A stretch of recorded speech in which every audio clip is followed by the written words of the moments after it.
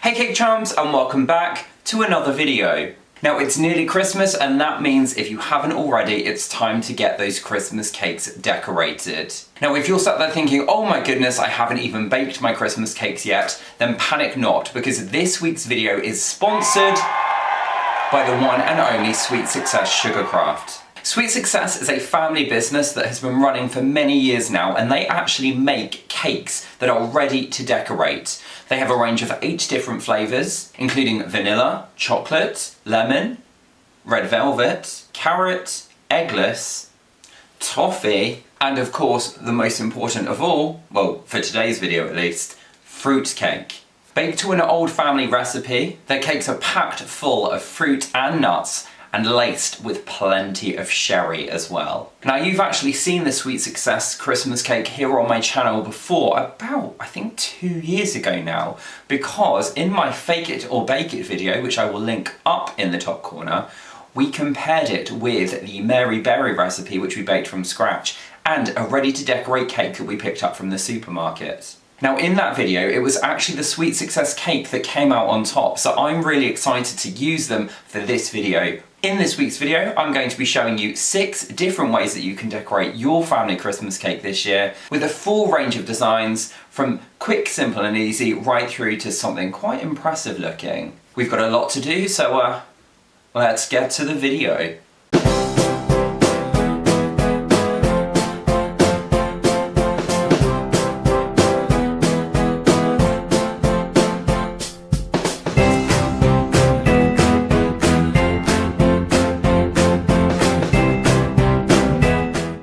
Now if, like me, you're someone who always bakes their own cakes from scratch, you might have some quite strong thoughts about ordering in a pre-baked cake.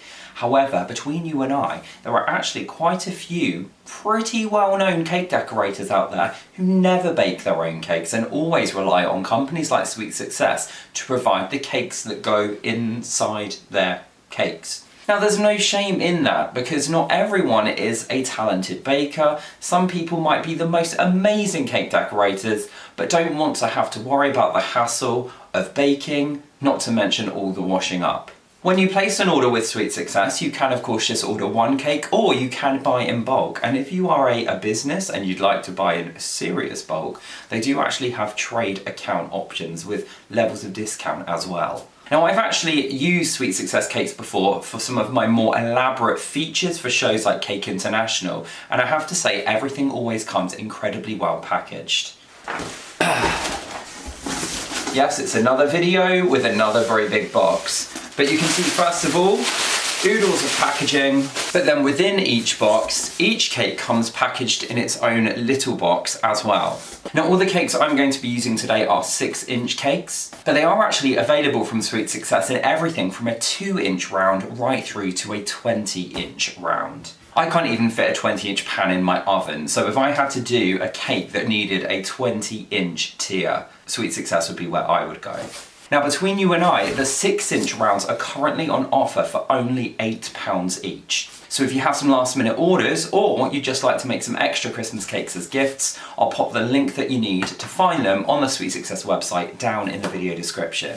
Now when you get your individual boxes, you will notice that you have all of the ingredient information on there ready for you, as well as a best before date and a batch number. Again, if you are a cake business and you need to comply with Natasha's law, that will make sure you have all of the ingredients information that you need.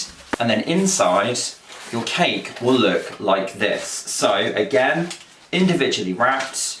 There's a small leaflet in there with a guide to cutting your cake. And then the cake itself is wrapped up in some corrugated cardboard and even more tissue paper. When you take the cake out of that, you'll find it's then wrapped in plastic to keep everything nice and fresh.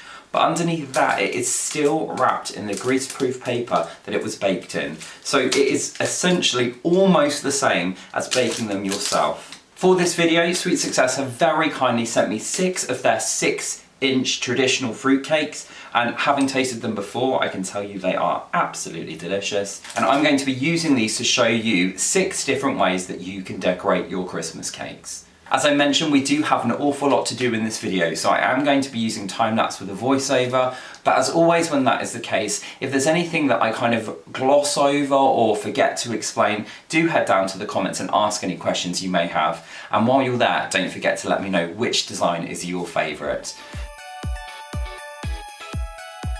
First up, before we get started, I asked on Instagram if you guys would like to see how I prepare my cakes for covering and marzipan them and so on. And the vote was very much a resounding yes please. So to start with here, we're just warming up some apricot jam with a little brandy over kind of a low to medium heat. We don't want it to necessarily boil, just kind of be nice and hot.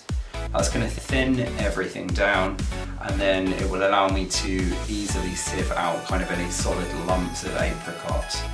Just passing it through a fine mesh sieve, and then I'm going to use this large metal spoon to just kind of force it through, and as I say, remove all of those kind of lumpy bits.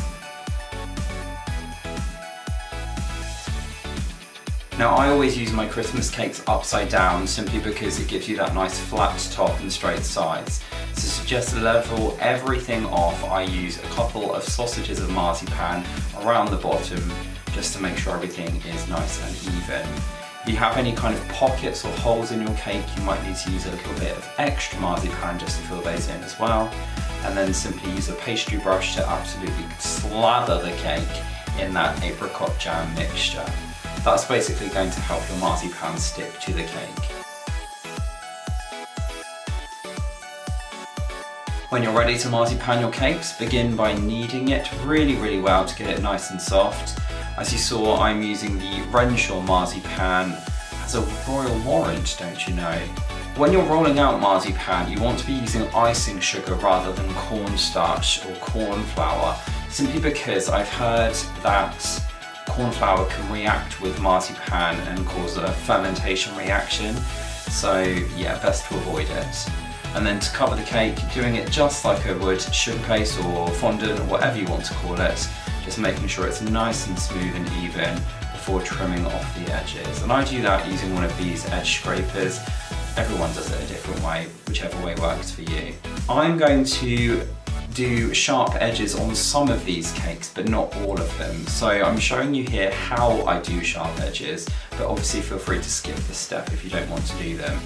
You'll notice that I'm using a piece of MDF rather than a 6-inch cake board to put my hand on top of, simply because I've run out. That is a piece of MDF I use for building structures, so it's not as bad as it looks, but ideally you would want to use a cake board. I'm using the Sharp Edge Smoother from Cakes by Carol to get those really nice sharp edges while it's upside down, and then flipping it back over and brushing off any excess icing sugar. Once you've done that, you're ready to get cracking on your first design. Now this cake is actually inspired by a set of cupcakes I made last year. They're inspired by a Gingerbread man character I found online a few years ago. And to give us kind of the base colour, I'm just using the Reindeer Ready to Roll icing in Teddy Bear Brown. And I'm rolling it out to around 3mm thick before brushing the marzipan cake with a little water and placing the icing over the top. You'll notice this isn't one of the cakes that I did sharp edges on because I want that nice curved edge to give the kind of the shape of a gingerbread man's face. Just like before, I'm just going to trim off any excess paste and then use a normal smoother just to make sure everything is nice and even around the base and sides. Once you get to this stage, use 2 thumbs to push in where you want the eyes to be, and because we're creating a cutesy character, it really can be wherever you want them. Then I'm using a modelling tool to mark in where I want the mouth to be, starting with the wider end just to mark it in, and then the finer end to kind of give it some depth. Smooth off any sharp edges and remark in those kind of dimply smile lines. And then I'm switching to the Reindeer Extra Ready to Roll icing in black to make the eyes. Roll 2 kind of egg shapes, I guess, before adding a tiny bit of water to the 2 eye sockets and pressing those eyes into place. I spend a little bit of time just finessing the shape, and you can again go for any sort of shape you want. Then I'm switching to the Reindeer Extra Ready to Roll icing in red to do the nose, and it's a similar sort of shape. I'm just placing it horizontally rather than vertically and sticking it into place with a little more water. The thing that I love the most about this design is the next part, and it's what would be icing on a real gingerbread man. So we're going to make him almost like a little headband. Rolling out a really thin sausage, and a good tip is to use a fondant smoother to give you a nice even roll before marking in where I want that icing to go with my paintbrush, with the added benefit of also providing the stickiness to stick it into place. Arrange the white paste over where you've placed the water, push it into place, and then trim off any excess with a sharp knife.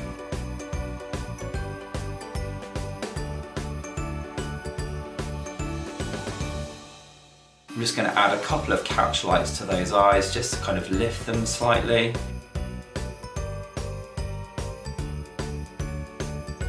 And then I'm just going to use some edible powder colours to just add a little bit of depth and shading to the inside of the mouth and around the edge of the cake. I'm also just going to use a little bit of a kind of reddy pink colour to add a little blush to his cheeks. I do go back in and neaten this up again, but I forgot to record that bit. Finally, I'm going to roll out a long, thin piece of the black ready to roll icing. I'm going to use this to cover the board. We're going to do this by wrapping that strip around the cake, so cut a square edge before brushing the board with a little water and then wrapping that icing all the way around.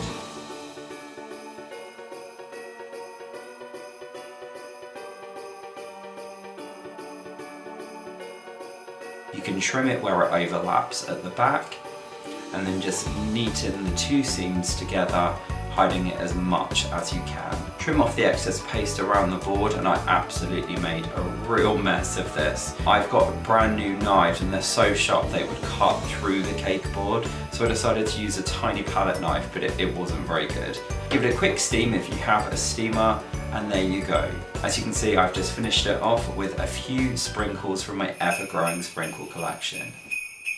Design number 2 I've called the trendy one because it's inspired by unicorn cakes, which of course are still very trendy.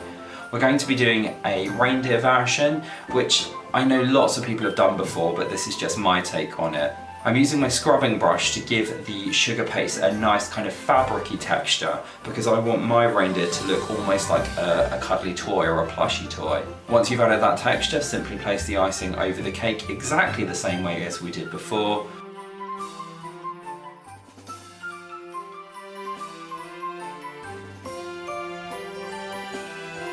And trim off any excess. You'll notice I used way too much of the teddy bear brown, but this time I'm just using 500 grams of the dark brown ready to roll icing. That's more than enough to cover a 6-inch cake. You can still use your fondant smoother or your sugar paste smoother. Just make sure that you go back in and re-add any texture that you may have rubbed away while you were smoothing.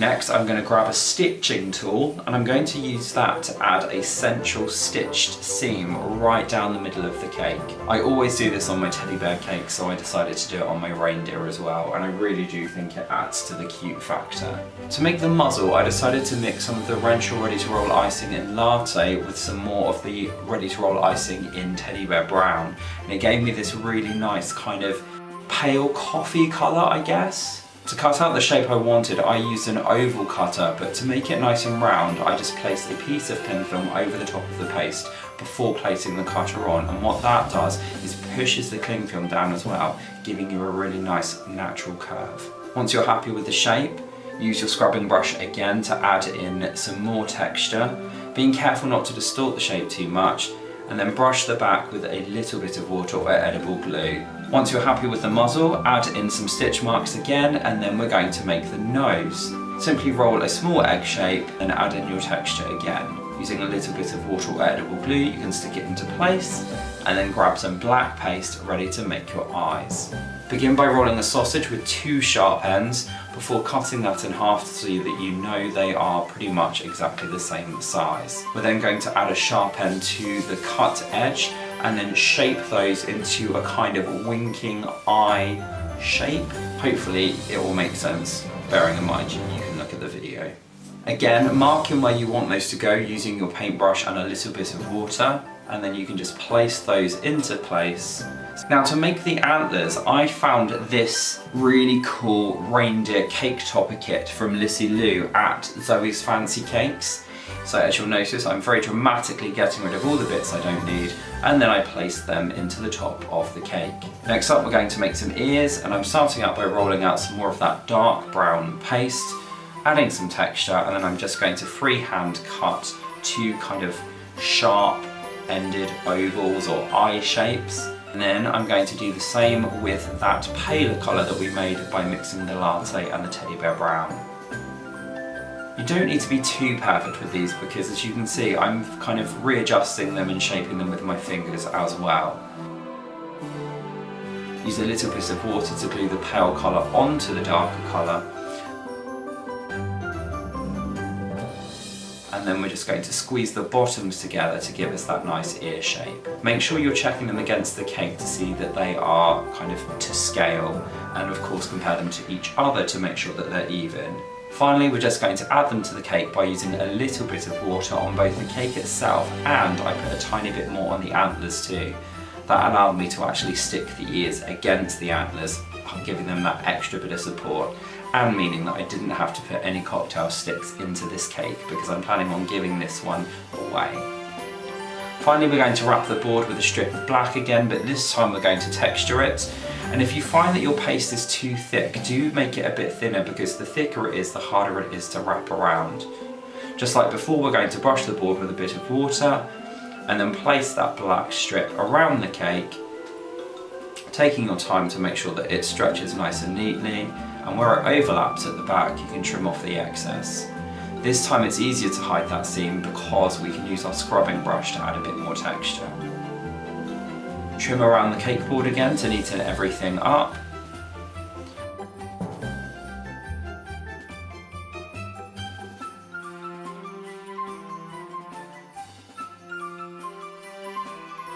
And as always, I like to finish everything off with a jolly good steam.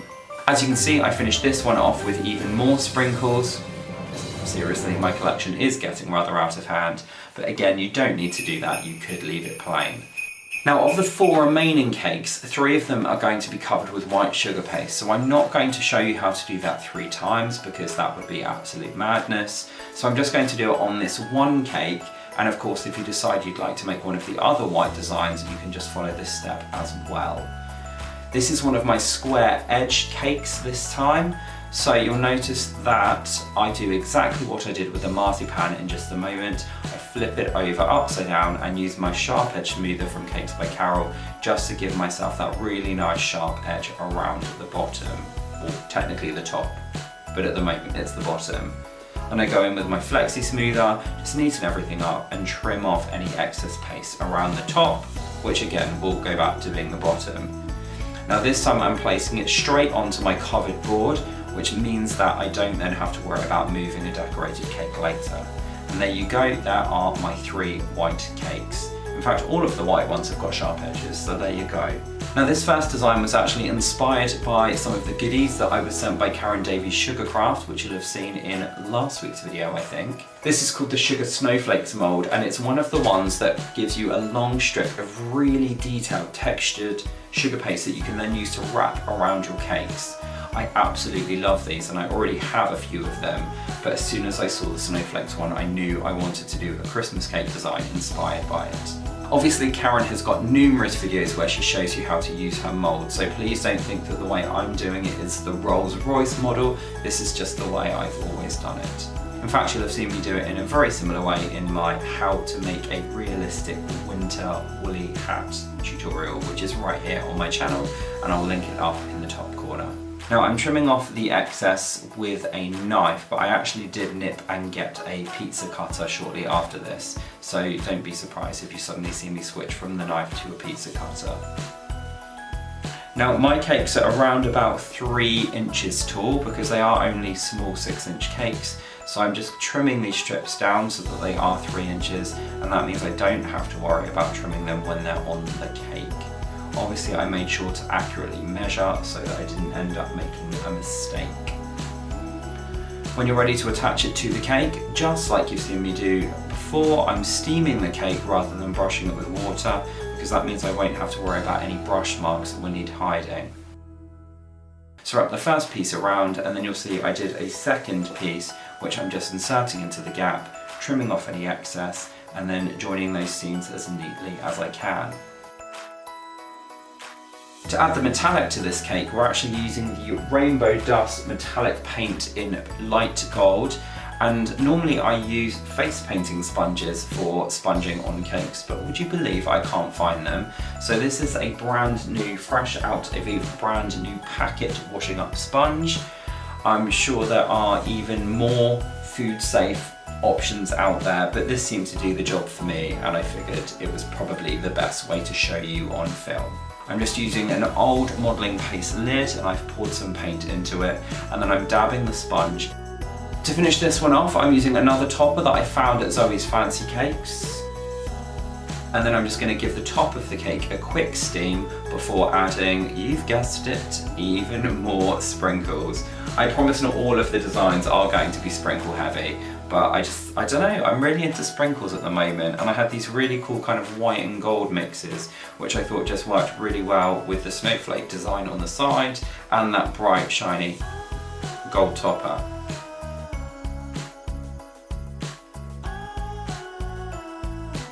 But there you go, that's what that one looks like.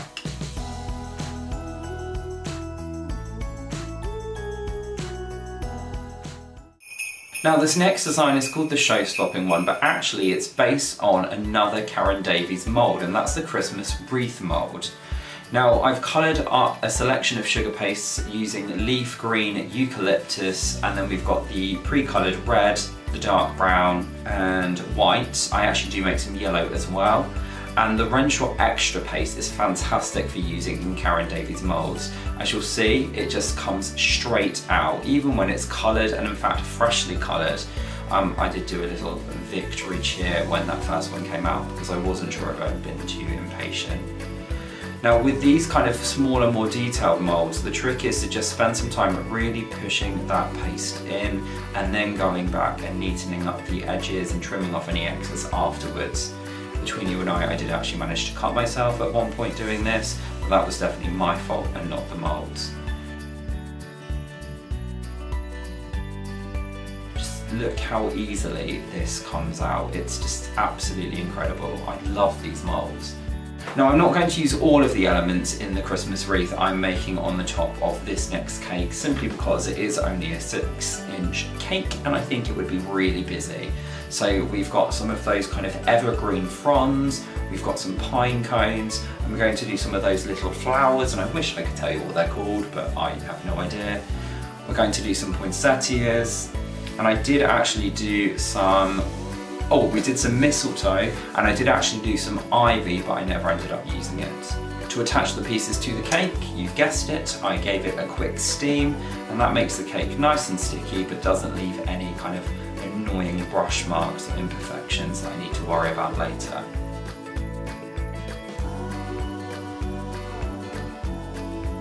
And when it came time to place everything onto the cake to make the wreath shape, I didn't really have any particular plan. I just started popping bits on, moving things around and adjusting them as and when I needed to. I will confess, I did steam the cake while the kind of the sugar paste decorations were really fresh, and unfortunately it did make some of them kind of a bit saggy, so I would recommend letting everything dry before you give it the final steam. And then I just went in with some more of that gold paint to pick up the centre of the poinsettias. I hope you'll agree that it is a real showstopper of a cake, but actually, as you saw, it was probably one of the easiest ones to make. Now this next design I've called the traditional one, and it's simply because this is the first type of Christmas cake I ever had. I've talked numerous times here on my channel about how I originally got into baking after my grandmother passed away, because she used to make all of everything. She used to do all the bake stuff. And this is very much how she used to do her Christmas cakes. So as you've seen, I've just covered that marzipan with a really generous layer of royal icing, and I'm just using boxed royal icing. I haven't made it myself, so just the powder that you mix with water. And then once I've covered it, I've gone in with a spoon and just kind of made texture and pulled out spikes and things like that to almost create the effect of a snowy field. Now I really wanted to track down some old-fashioned plastic toppers for this cake, and would you believe it, Zoe's Fancy Cakes came through again. So if you would like to do a cake like this, I will pop a link to them on their website down in the video description. But I absolutely love this cake, and between you and I, this is going to be the Christmas cake that's on our Christmas table this year.